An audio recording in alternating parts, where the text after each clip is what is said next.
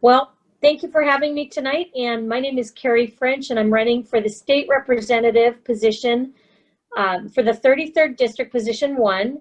I'm running against Tina Orwell. So I'm going to be on the ballot. I'm going to be in the voters pamphlet, and I am running as a Republican. I've been a Republican my whole life. In fact, I worked on Ronald Reagan's campaign when I was 17 because I couldn't vote. And I've just always felt that being involved in our system is really the duty of every American.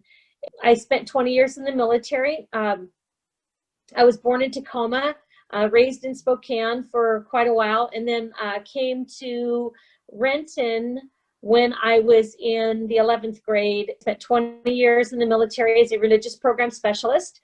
So I got to support a lot of different religions and give people the opportunity to practice their religions within the armed forces. I served with the Marines. I served with the Navy on ships, and I've served overseas. And so I've had quite a bit of experience in a lot of different areas. When I retired from the Navy, I got involved in the political system basically because that's when they were pushing the Affordable Care Act, and I just didn't feel that the Affordable Care Act was going to be affordable or be caring.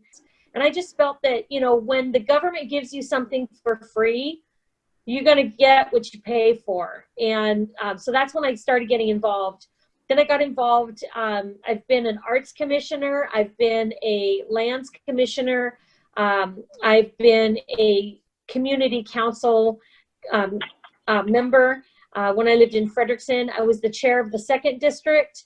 Right now, I'm the assistant chair of 33rd District. I moved back here to Kent after I was living in Virginia Beach for about 14 months. But except for my time in the military and my time working in Virginia for a national security nonprofit, I've my home and my heart has always been Washington State. And I'm running as a Republican. And my running mate, Marliza, just got on the line. And so I'll let her tell her story. Right now? Sure. Okay. So I got my first house about 32 years ago, and I didn't know anything about homeownership or school districts or any of that stuff. So I decided to become a block watch captain and work on safety in my own community. I had little children at home at the time, and I did that for about 10 years, and I knew that I wanted to do something more.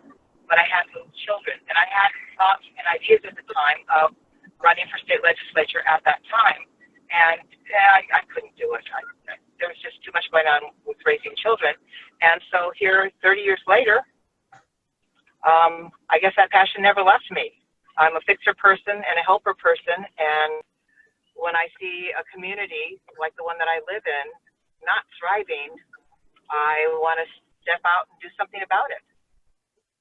So that's kind of what got me into it. And then when they raised our taxes last year, $27 billion in new taxes, I went, oh, this is not going to go well. One day recently, well, a few months ago, and I went, I can't sustain these taxes, and I don't know who can. 2% new property taxes this year, and then they threw in a sex ed program to start in kindergarten. And I don't think children need to be sexualized. And what they further did that should really piss you off is they voted, our legislature, our current legislator, voted to have the sexual education materials printed in English only. So right.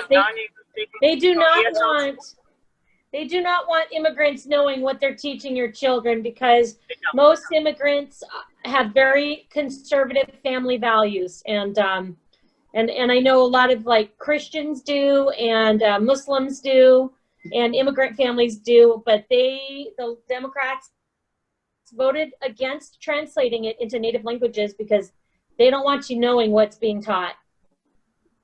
Right. Absolutely true. It was so maddening, and as difficult as it is, and as challenging as it is to run for office, even having an uphill battle in a largely Democrat area, I had to do something. I couldn't just sit by and let them just keep trashing them. Hey, Anne Marie. Yeah, I'm in, but I think you guys are carrying the ship. Okay. Well, it's nice to have you, Anne Marie. Thanks for being on. Yeah, after I retired. And really, I just had a passion, kind of similar to what Kerry and Marliza are talking about, where I was just really frustrated, but I was so busy with everything that was going on in my job that I didn't have time to really embrace all these issues. And I started thinking of everything top down, thinking of it from what do we do as the United States? And then just I had this revelation, I just need to work at a grassroots level and just get involved and give my energy to whatever I can. And the sex ed bill just coincidentally was what was really driving my desire to get involved, because they want to put the explicit sex education in from kindergarten to 12th grade. And with that, I got involved. I did meet Kerry at one of the many signings we had, and that was really successful. And it actually like mobilized a lot of volunteers, which I consider myself a volunteer. The two other issues that really drove involvement had to do with the protection, safety, and the movement in Seattle to defund the police, which whatever happens in a big city moves into the suburbs. Right. And so we have to be very careful and very protective of what's happening in Seattle because it will happen here. And they're already trying to make the sheriff an appointed office in King County. So that, and then the lockdowns, I'm very sympathetic to small businesses. I grew up with my dad having his own business, and I saw the pain that they were going through. But the big companies weren't going through the pain that they were going through. And just my heart just really, I just felt like I needed to do something. So I got involved and I met Kerry, and it was such a, it was another thing that was fortuitous because she ended up running for an office and I'm able to help her, do what I can to help her. And I will say from at least my standpoint, I see our effort, the effort that's happening on our side of the aisle is very, very grassroots. And, we're really trying to bring up people and all kinds of people into this, because we all share that common need and we all love America. Yep. Well, I really appreciate you, Anne Marie. Thank you. And Marliza, couldn't do this without you guys. Well, I feel very blessed that I get to work with such awesome people. You think you're alone in this fight, and you find out that there are a lot of other people, and you just have to, you have to be out there and working it to see. You got to volunteer. I would encourage anybody to just get out there and volunteer, even an hour a week. And not only does it keep your heart straight, but you really see the fruit of it. Right. And I was very, very saddened to see our legislature last session pass the legislation that would basically treat people differently based on their skin color or their race or their sexual orientation. And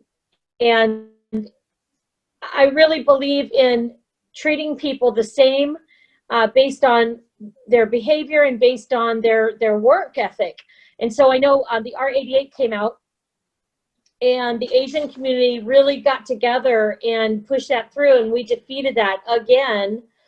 And so I think you should be rewarded based on your work and not on your skin color or your ethnicity or your religion or your sexual identity or whatever. So I was really happy to see the Asian community come out and get involved. And so I'm very happy when, Mai and Michelle Lee and a few of the other, ladies in the Asian community come forward, and they're doing voter registration and you're doing forums like this. And I'm just so ecstatic to stand with the Vietnamese community because I know that they have the conservative family values, and I know that they have strong entrepreneurship values, and those are things that we can absolutely work together on. Mm-hmm. If we don't get out there and move and shake things, we're going to get swallowed. And we're going to get stomped and chomped by groups like BLM and Antifa. And our legislators who don't do things I think properly, and they don't do things constitutionally all the time.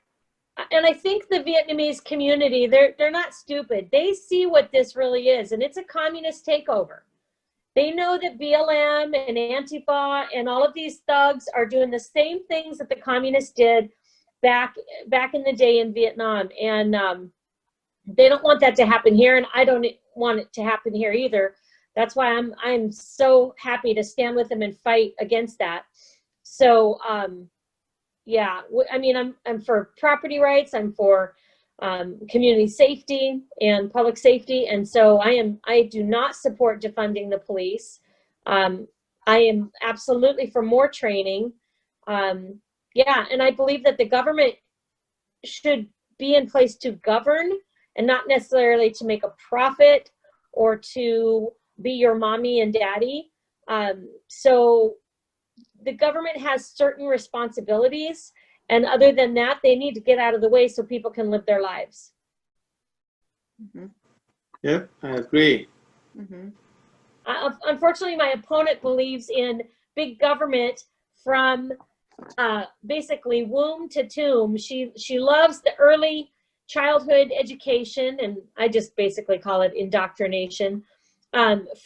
She actually sent a newsletter several years ago that said, if early education is great, then why not start at birth? At birth. Kerry, you might want to talk about the sex trafficking in the state of Washington too, from Olympia all the way up to Bellingham. Right. Yeah, and we are a hot spot for sex trafficking. Number one in the nation. Yeah. I mean, we've got ports, and then we've got the airport. So huge areas for human trafficking to happen. Are you still muted, Marliza? I'm back online. Okay. It was my car thing. But Okay. I couldn't hear you. I lost you all. Oh, okay. We were just talking about, human trafficking being number one. We've got the airport, and we've got all of our ports, and we are number one in the nation for human trafficking, and that's horrific. And we've got to shut that down. I agree, 100%. Yeah, that's terrible.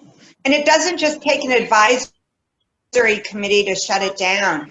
It takes enforcing current laws that are on the books, whether it's immigration law, whether it's illegal passage, whatever it is, those laws need to be enforced, and they're not being enforced. Yeah. So Tina Orwell is my opponent, and she sent out a newsletter several years ago that said, if early childhood education is so great, why not start at birth?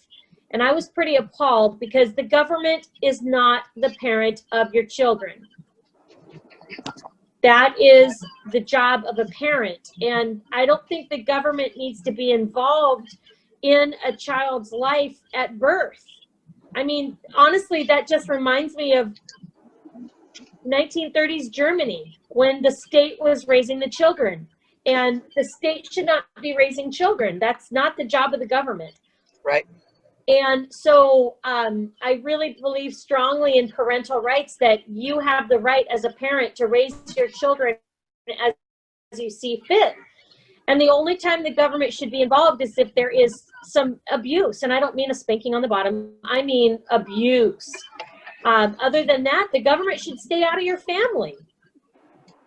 So that's one of the big differences between myself and Tina. Can I take that one a step? I'm going to take that one a step further, Yeah. Kerry. That is what I found out when my oldest son was 16. So this was a number of years ago that they instated this. And I think most parents probably don't even know that after the age of 13, the parent no longer has a right to any medical information about their sexual history. In other words, if they're sexually active and they get tested for chlamydia or something, for an STD or something, the parent has no right to know that. And they will not They will not let you know. The only way you'll find out is if your child tells you. And I think that's atrocious. If a child goes in for a medical procedure or they have an infection or something, and kids are kids, and at 13 they're still definitely kids, and they don't take care of themselves and they wind up with an infection and dying, who's responsible then? They took the responsibility completely away from the parent, and they're playing parent and they're not present. And I wouldn't want them present anyhow because they're not the parent. That's right. And everybody should be up in arms about that. Right. I absolutely agree that parents are the parents of your children and not the state. Absolutely. And I would fight to change that back so that you have, as a parent, you have the right to have access to your child's medical record. So are there any other situations or concerns in the Vietnamese community? Well, Peter? the advantage in the Vietnamese community is that since we are not, I say we means a majority, okay? They are not Right. very active in politics. Right. So in general, they don't mind so much about your like stance on certain issue. Right. As long as generally you are conservative, or you are liberal, or let's say you are Republican, or you are a Democrat, that's how they just simply vote for. They don't really pick and choose very carefully over stance on particular issues. The second advantage, actually, I can say that a lot of them don't vote. So when we go out and try to convince them to vote, you can, as long as you mention something that is like a hot issues now, like let's say violence versus security. Right. Yeah. And then if I'm with Black Lives Matter, then we don't have to talk further, right? But if they say that, oh, I'm for the police, then they will vote for you. Well, I would say we are for constitutional police. I don't think anybody on either side of the aisle approves of police that are, unnecessarily brutal or unnecessarily picking on any particular person. We definitely, they take an oath to protect us, and that's what we support. Everything has to be constitutional, because the Constitution protects us all evenly and equally. So we are for the police, as long as the police are acting within the confines of the Constitution. Okay. Don't you think it's Did you want to say something, Anne-Marie? Yeah, I think it's a rule of law situation where we are losing the rule of law. And the rule of law, what's so beautiful about it is it's colorblind. It just looks at the law and it establishes guilt or innocence based off of that. And first it's innocence, and then they have to prove you guilty. And that's what's so beautiful. And then, part of that too is what we're seeing is just this careful dribble away of freedoms and citizenry control of how our government behaves. And as you dribble that away, you also dribble away multiple rights. You dribble away at your own personal finances. You dribble away at even owning your own business and owning your own home. Eventually, all those things can slip away. And I mean, I would think that that's everybody's dream to some degree, is to have that, is to have the things that freedom brings. That's right. And so I would just encourage all the Vietnamese and all the Asian community to get involved. I understand coming from a communist country, it's probably a little scary to get involved. But I can say if we don't get involved, we are going to have a communist country again. And I shouldn't say again, but we're going to have they're going to be in a communist country again. So we've got to stay involved, and we've got to stay fighting that and fighting for our constitutional protected rights. So I would just encourage them to get involved. And I personally believe that the Democrats have kind of revealed what their true intentions are, and they are really going the way of the socialists and the communists. And so I would recommend that immigrant communities and people of color, vote Republican. We are the party that abolished slavery, and we are the party that voted for civil rights. For 100 years after the Civil War, we've always been on the right side of history. And if people looked into the history of the Republican Party, they would know that. So, and I know Marliza is a libertarian, but like I said, we don't disagree on a lot of things. So that's why we're running kind of together and helping each other as much as we can, because we know that we've got quite an uphill battle in this district because it is so heavily Democrat. But I think if people really understood the history of the Democrat Party and the history of the Republican Party, they would probably choose the Republican Party. Okay, well, I think we had a good conversation, and I just would appreciate the votes to put me in Olympia. I will fight hard for everyone, not just the Vietnamese community, but I'll fight for everyone. But I am very accessible. My phone number is 253-951-3721, and people can call me if they want to talk to me about issues or their concerns. My website is electkerryfrench.com, and that's Kerry, Kerry. And my email address is electkerryfrench@gmail.com. So if anyone wants to get a hold of me, I'm available. I do work part-time right now, and I am finishing up my bachelor's in government. So I'm a little bit busy for the next 2 weeks, but after that, I do try to take calls as they come in. So feel free to call me, talk to me about any issues. And do you have any questions?